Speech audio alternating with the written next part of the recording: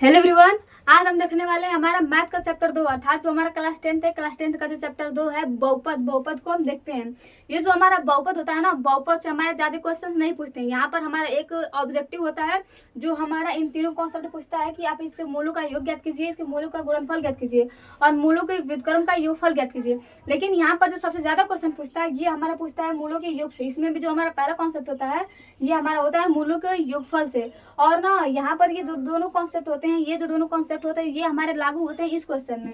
आपको एक बहुपद दे दिया होता है और आपको पता है कि आप यहाँ पर इसके शून्य ज्ञात कीजिए और शून्यकों के बीच संबंध की सत्यता की जांच कीजिए। तो यहाँ पर जो तीन कॉन्सेप्ट होते हैं, तीन कॉन्सेप्ट में जो हमारा पहला कॉन्सेप्ट होता है ये तो हमारा ऑब्जेक्टिव में खत्म हो जाते हैं। बचते हैं हमारे दो कॉन्सेप्ट। मतलब यहाँ पर जब हमारे दो कॉन्सेप्ट बचते हैं वे हमारे दोनों कॉन्सेप्ट होते हैं, ये हमारे संबंध की सत्यता की जांच करने में इसका यूज होता है। यहाँ पर ये फर्स्ट टाइप के क्वेश्चन होते हैं और ये सेकंड टाइप के क्वेश्चन होते हैं।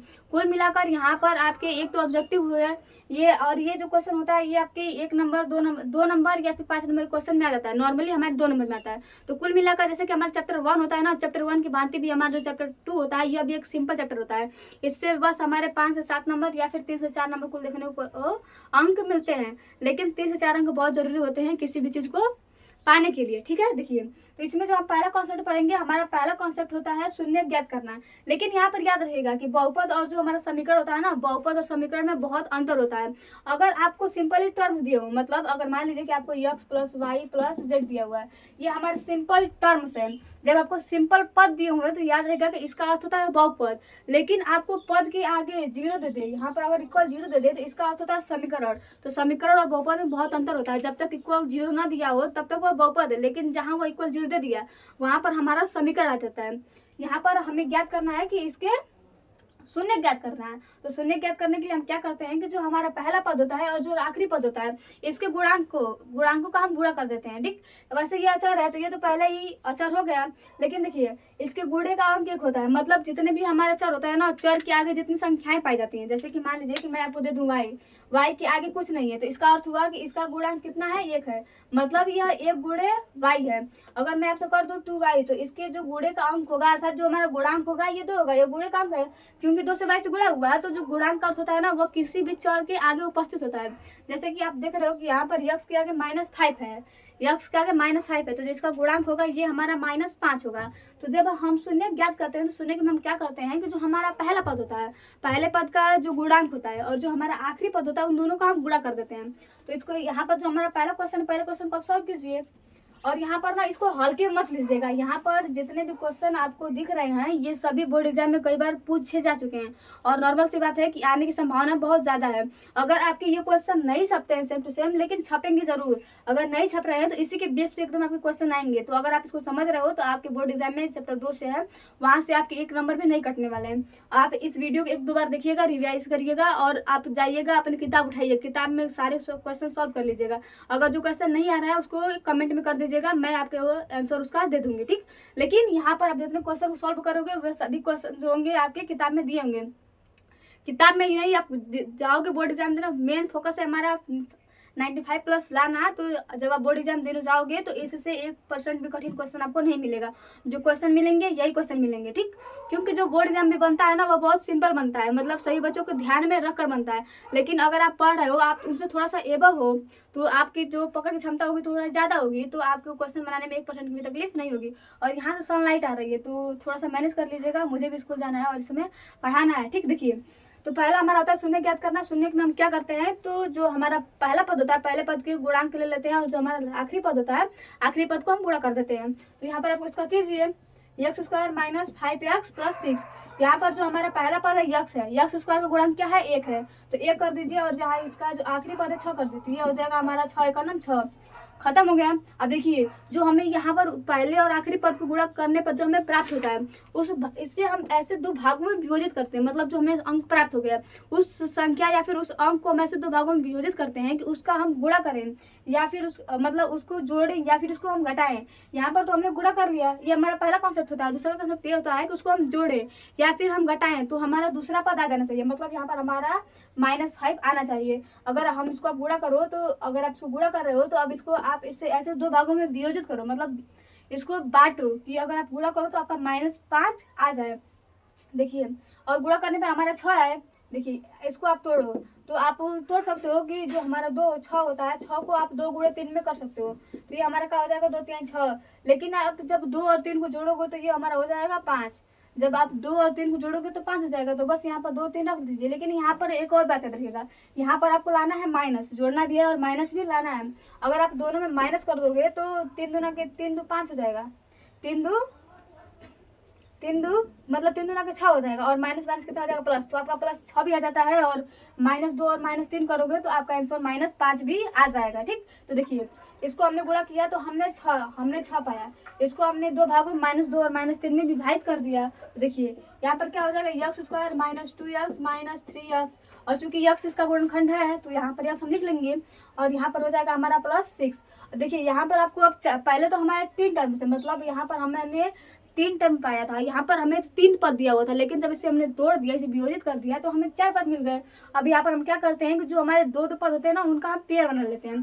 तो पहले आप इस दोनों का बनाइए और फिर इन दोनों का बना लीजिए। तो देखिए इन दोनों में कॉमन क्या है, तो इन दोनों में हमारा x कॉमन है, मतलब यहाँ पर x स्क्वायर और माइनस यहाँ पर 2x है। अगर आप x को कॉमन ले रहे हो तो क्या बचेगा, x कैंसिल हो जाएगा, बचेगा x और -2 बचेगा बस। अब इसको ना आप कॉमन कैसे लेते हो, तो मान लीजिए कि इन दोनों में x कॉमन है। अब यहाँ पर हमारे x क्या था, इसमें कॉमन था, तब इसको हम क्या करते हैं कि जो हमारे x स्क्वायर होता है ना, x स्क्वायर से भाग दे देते हैं। आप काटोगे तो कितना बचता है, x बचता है, तो इस x को हम यहाँ पर लिख लेते हैं। ऐसे भी हम यहाँ पर भी करते हैं। तो हमारा ये पद क्या है 2x है और यहाँ पर क्या है हमारा x है -2 है। ठीक, और यहाँ पर क्या है हमने x कॉमन लिया है, तो x से भाग देने पर हमें क्या प्राप्त होता है -2। तो ये हमने लिख लिया है। यहाँ पर देखिए कि यहाँ पर अगर देखिए, और यहाँ पर एक पॉइंट और याद रखिएगा कि जो हमारे पहले ब्रैकेट में जितनी संख्याएं प्राप्त होती है ना, उतनी संख्याएं हमें दूसरे ब्रैकेट में भी लाना होता है। हमें ऐसे उनमें इसमें कॉमन लेना होता है कि जो हमें ये प्राप्त है ना, ये भी यहाँ भी प्राप्त हो। तो आप देख रहे हो कि यहाँ पर x -2 है, लेकिन यहाँ पर 3x + 2 है। अगर आप माइनस करोगे तो यहाँ पर माइनस माइनस प्लस हो जाएगा और प्लस माइनस माइनस हो जाएगा। और यहाँ पर दोनों में कॉमन क्या है, तो यहाँ पर हमारा 3 कॉमन है, तो 3 को कॉमन कर लीजिए, -3 को यहाँ पर आप -3 को कॉमन कर लीजिए तो बचेगा क्या, -3x/-3 माइनस से माइनस गया और 3 से 3 गया, बचेगा क्या हमारा, यहाँ पर x बचेगा। और फिर देखिए यहाँ पर हमारा कितना है +6 है, इसका भाग कर दीजिए आप -3 से।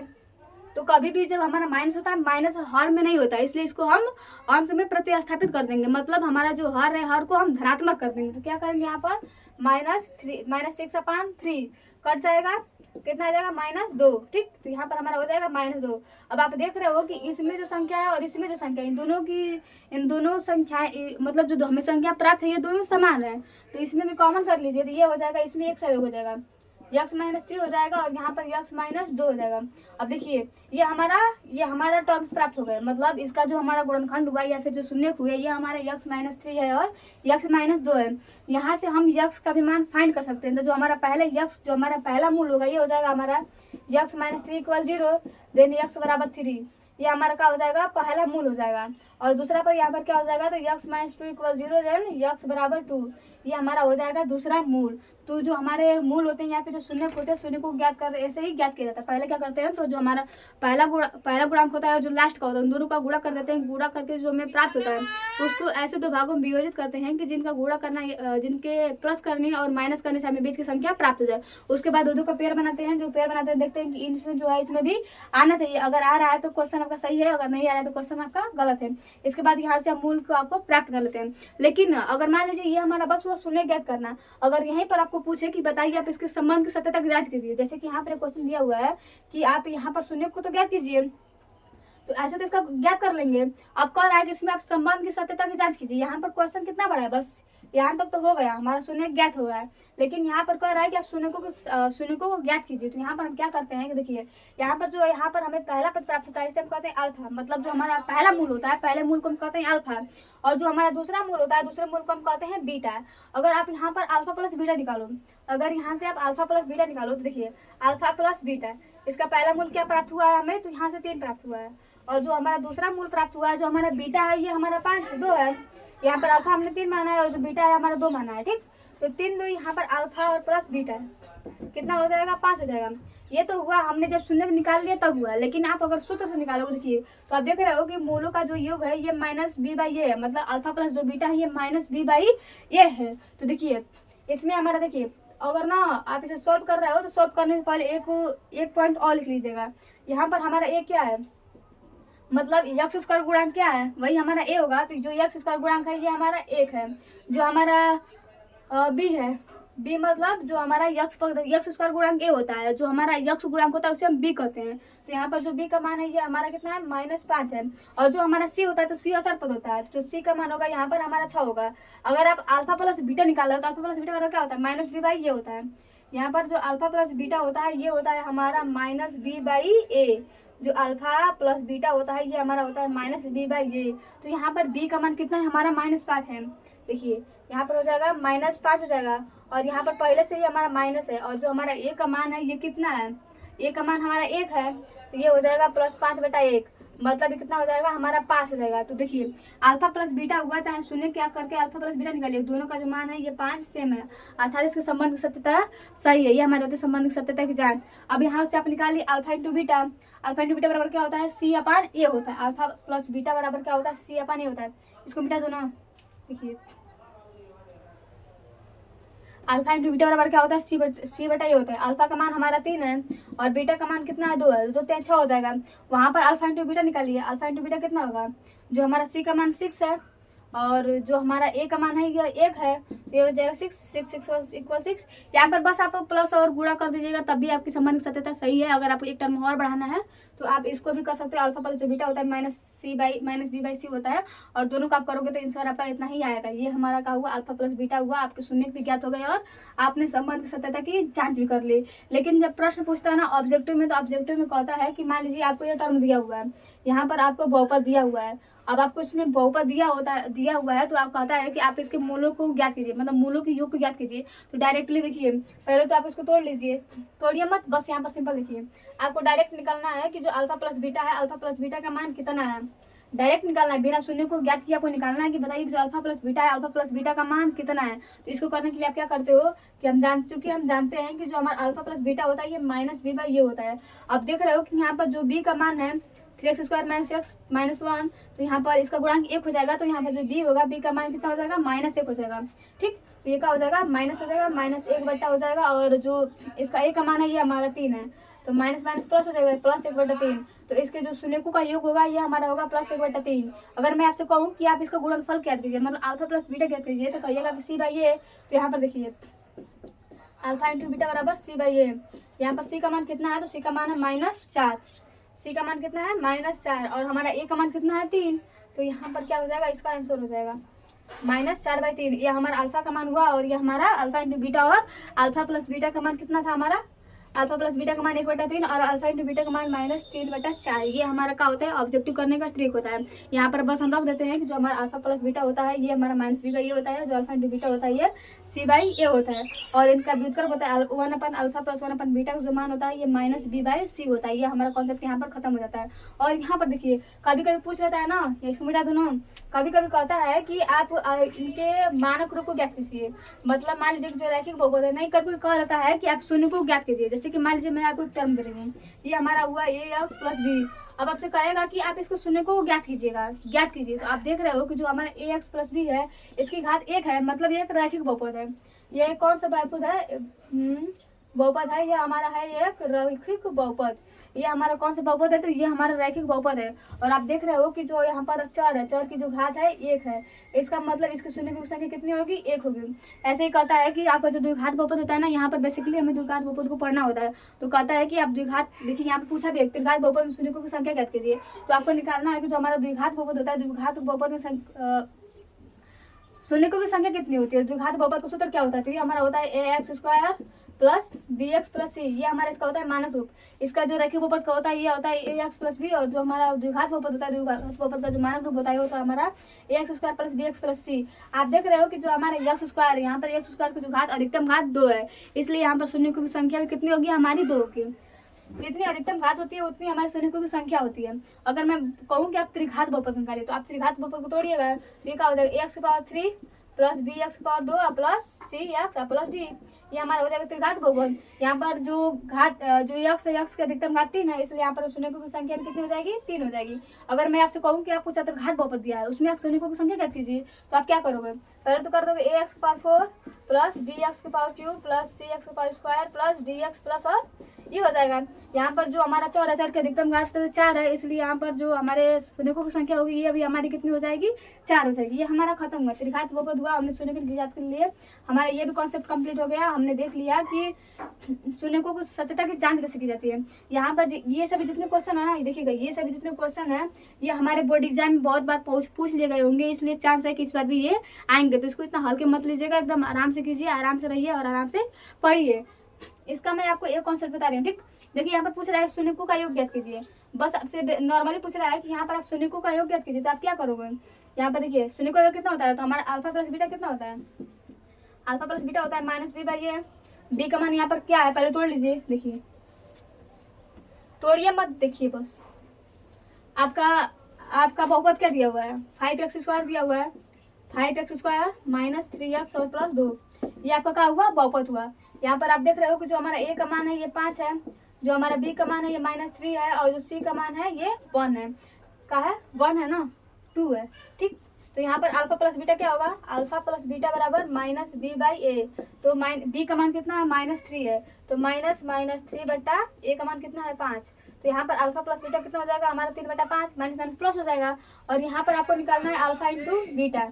अल्फा इंटू बीटा बराबर सी बाई ए। सी का मान कितना है हमारा? तो यहाँ पर 2 है, और ए का मान कितना है? तो हमारा 5 है, तो इसका मान हो जाएगा 2/5। अगर व्युत्क्रम निकालना है 1/अल्फा प्लस 1/बीटा, शून्यकों का योग का व्युत्क्रम निकालना है, तो ये हमारा होता है माइनस बी बाई सी। तो बी का मान कितना है? -3 है, तो माइनस हो जाएगा माइनस बी का मान कितना है? 3 हो जाएगा, और सी का मान कितना है हमारा? 2 है, तो ये क्या हो जाएगा? 3/2। ये हमारा व्युत्क्रम के शून्यकों का व्युत्क्रम का ये हमारा योग हो जाएगा। तो ये हमारा ये कॉन्सेप्ट हुआ। अगर यहीं पर आपको मान लीजिए ये हमारा पहला क्वेश्चन हुआ, देख लीजिए।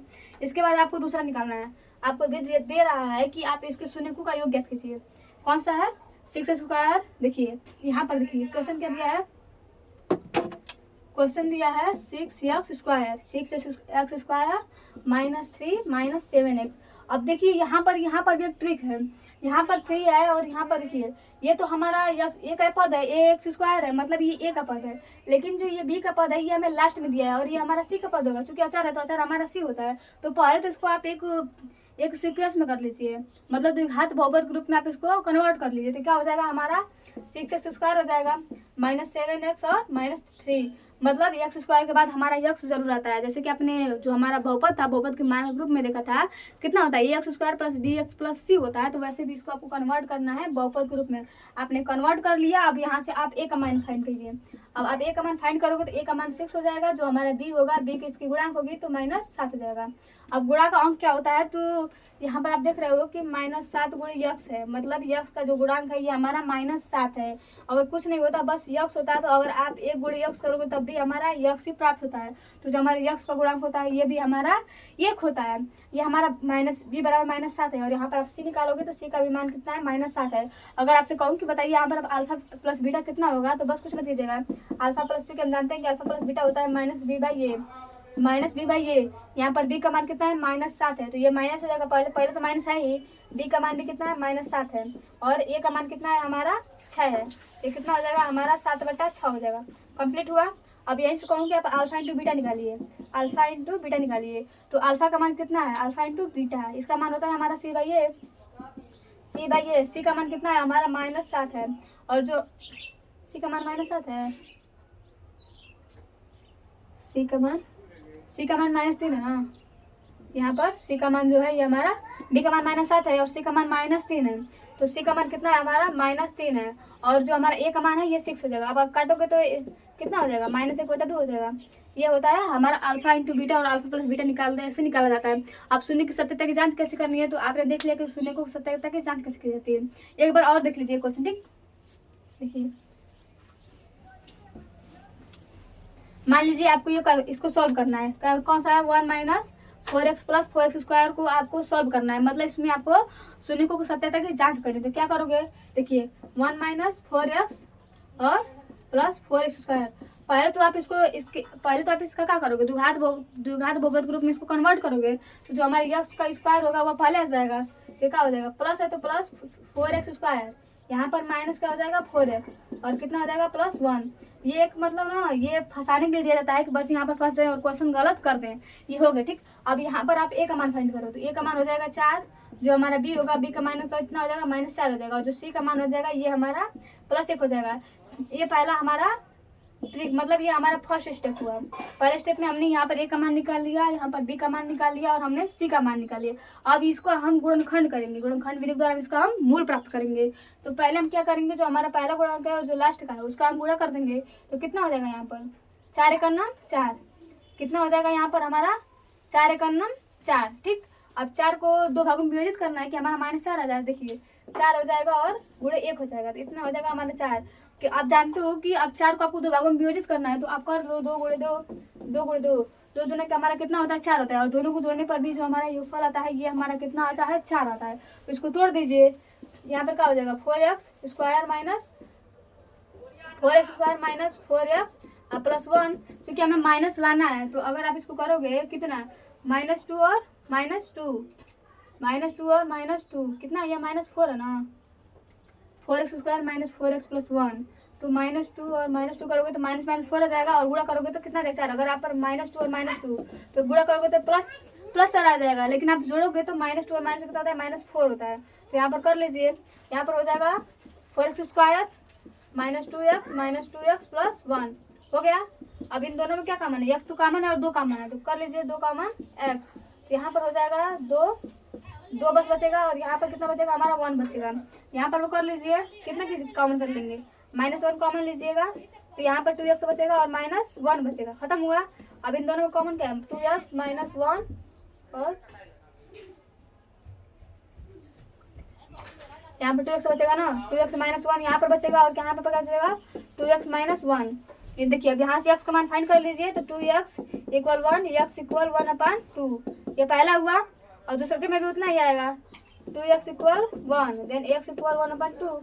तो इसके दोनों मूल हुए, इसके दोनों मूल हमें क्या मिले, तो पहला मूल जो था हमारा x/2 हुआ 1/2 होगा, और दूसरा मूल होगा 1/2 होगा, मतलब 1/2 और 1/2 हमें यहाँ पर क्या मिल जाएंगे, यहाँ पर हमारे इसके मूल मिल जाएंगे। अब यहाँ पर आप संबंध सत्यता की जांच कीजिए, तो पहला आप निकालोगे अल्फा प्लस बीटा में आप दोनों को जोड़ दोगे, ये हमारा जो पहला मूल हो जाएगा ये हो जाएगा हमारा अल्फा, जो दूसरा मूल होगा ये हमारा हो जाएगा बीटा। तो क्या होगा देखिए 1/2 + 1/2 दोनों का समान है, 2 कॉमन हो जाएगा, और यहाँ से 2 हो जाएगा, अर्थात इसका आंसर कितना आ जाएगा 1 आ जाएगा। और यहाँ पर देखिए अल्फा प्लस बीटा कितना होता है -b/a होता है। तो देखिए अल्फा प्लस बीटा कितना होता है -b/a, b का मान कितना है -4 है, तो यहाँ पर हो जाएगा -4 और आर कितना है -/4 हो जाएगा, माइनस प्लस हो जाएगा 4/4 = 1। तो आप देख रहे हो कि अल्फा प्लस बीटा और शून्यकों का जो दोनों ये हुए हमें समान प्राप्त हुआ है, मतलब 1 प्राप्त हुआ है। तो यहाँ पर हमारे संबंध सत्यता की जांच हो गई। यहाँ पर अगर एक स्टेप पर और बढ़ाना है तो आप गुणा कर दीजिए, आप यहाँ पर क्या कर दीजिए गुणा कर दीजिए। तो अल्फा इंटू बीटा क्या होता है, अल्फा इंटू बीटा हमारा होता है c/a, c का मान कितना है 1 है और ये का मान कितना है 4, तो यहाँ पर हो जाएगा 1/4। इसका आप गुणा कीजिए, पहला अल्फा कितना आया था 1/2 आया था, और गुणा में बीटा कितना आया था 1/2 आया था, तो इसका हो जाएगा 1/4। तो ये हमारा हुआ अल्फा इंटू बीटा और अल्फा इंटू बीटा। आप देख रहे हो कि दोनों समान आ रहा है, इस प्रकार हमारे संबंध सत्यता की जांच हो गई। ये यहाँ तक आप सब कर लीजिएगा। और यहाँ पर व्युत्क्रम का योगफल क्या करना है, व्युत्क्रम का योगफल क्या होता है, तो -b/c होता है। तो यहाँ पर आप देखोगे कि जो हमारा b का मान है, यहाँ पर b का मान है -7 और c का मान है 2, तो माइनस प्लस हो जाएगा 7/12। यहाँ पर व्युत्क्रम का योगफल हो जाएगा, क्योंकि b का मान है -7 है, तो माइनस प्लस हो जाएगा तो 7 हो जाएगा, और c का मान है 12 -b/c, तो 7/12 इसका क्या हो जाएगा हमारा आंसर हो जाएगा। कर लीजिएगा। इसके बाद आता है इसको भी आपको तोड़कर इसका कर लीजिएगा 6² - 3x - 7x। तो पहले तो इसको आप स्पष्ट कीजिएगा कि पहले क्या होगा, यह 6x² हो जाएगा, फिर -7x - 3 हो जाएगा, तो ये कन्वर्ट हो जाएगा। ठीक, देखिए यही क्वेश्चन कई बार यहाँ पर होगा, यह क्वेश्चन कई बार रिपीटेड है, ठीक है, तो इसको विशेष रूप से ध्यान दीजिएगा। यहाँ पर निकालना है कि अल्फा और बीटा समीकरण इतना दिया है मूल हो, तो अल्फा² बीटा प्लस बीटा² अल्फा का मान लिख लीजिए। देखिए आपको समीकरण क्या दिया है, आपको बहुपद दिया हुआ है 2x² - 3x + 5। यहाँ पर आपको समीकरण दिया हुआ है, आपको समीकरण क्या दिया हुआ है, तो ये हमारा दिया हुआ है समीकरण 2x² - 3x + 5।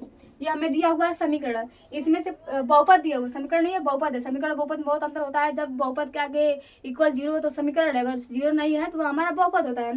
देखिए आपको क्या करना है, इसमें से आपको अल्फा स्क्वायर प्लस बीटा क्या निकालना है, alpha square beta plus beta square alpha आपको निकालना है। अगर देखिए यहाँ से पहले आप ए का मान फाइंड कीजिए, ए का मान हमारा 2 हो जाएगा, जो हमारा बी होगा बी का मान -3 होगा, और जो हमारा सी होगा सी का मान कितना होगा 5 होगा। और यहाँ इसको भी आप कर सकते हो, देखो अल्फा स्क्वायर बीटा है प्लस बीटा स्क्वायर अल्फा है, मतलब दोनों में अल्फा इंटू बीटा कॉमन है, तो आप निकाल लीजिए अल्फा इंटू बीटा कॉमन कर लीजिए, तो बचेगा क्या हमारा, अल्फा से अल्फा कैसे बीटा से बीटा कैसे, अल्फा बचेगा और प्लस बीटा बचेगा। यहाँ पर ये बचेगा अल्फा बीटा कॉमन करोगे तो अल्फा प्लस बीटा बचेगा। अल्फा इंटू बीटा का मान क्या होता है, तो ये हमारा होता है सी बाई ए, और जो हमारा अल्फा प्लस बीटा होता है इसका मान होता है B Y minus B by A. देखिए यहाँ पर सी का मान कितना है, सी बाई ए में सी का मान कितना है 5 है, और ए का मान हमारा 2 है, इंटू हो जाएगा माइनस बी, तो बीटा बी का मान कितना है -3 है, तो माइनस हो जाएगा -3 हो जाएगा, बट्टा में ए का मान कितना है 2 हो जाएगा, 5/2 और माइनस माइनस प्लस, तो 3/2 हो जाएगा। कितना हो जाएगा 3 5 15/2 15/4, इसका एक हो जाएगा आंसर हो जाएगा। क्योंकि यहाँ पर हमारा अल्फा इंटू बीटा दोनों में कॉमन था, यहाँ पर अल्फा स्क्वायर बीटा था में बीटा स्क्वायर अल्फा था, मतलब अल्फा और बीटा दोनों में कॉमन था, तो हमने कॉमन कर लिया, बचा क्या आंसर, अल्फा से अल्फा कट गया तो बचा एक अल्फा, बीटा कैंसिल हो गया, यहाँ से अल्फा से एक अल्फा कैंसिल हो गया था, बीटा से एक बीटा कैंसिल हो गया था, लेकिन एक बीटा बचा था। कैसे बचा था, तो देखिए अल्फा स्क्वायर बीटा अपान अल्फा इंटू बीटा कर लीजिए, तो बीटा से बीटा कैंसिल, एक अल्फा से एक अल्फा कैंसिल, बचा कितना अल्फा, और उसमें क्या हो जाएगा बीटा स्क्वायर अल्फा अपान बीटा, बीटा से बीटा कैंसिल और अल्फा से अल्फा कैंसिल, बचा एक बीटा, तो अल्फा प्लस बीटा यहाँ पर ये कॉमन बच जाता है। तो जो हमारा चैप्टर 2 है, चैप्टर 2 से बस इतने ही क्वेश्चन पूछे जाते हैं। आशा करती हूँ कि आपके आज के बाद इसमें से एक भी क्वेश्चन नहीं छूटेंगे और हर क्वेश्चन को आप इजीली सॉल्व कर लोगे। तो आज के लिए बस इतना ही, फिर मिलते हैं हम एक नए चैप्टर के साथ, जो हमारा चैप्टर 3 है उसको हम कल सॉल्व करेंगे, और इसी आशा के साथ कि हमारे हर एग्जाम में हमारे पूरे नंबर हैं। तो आज के लिए बस इतना ही, मिलते फिर।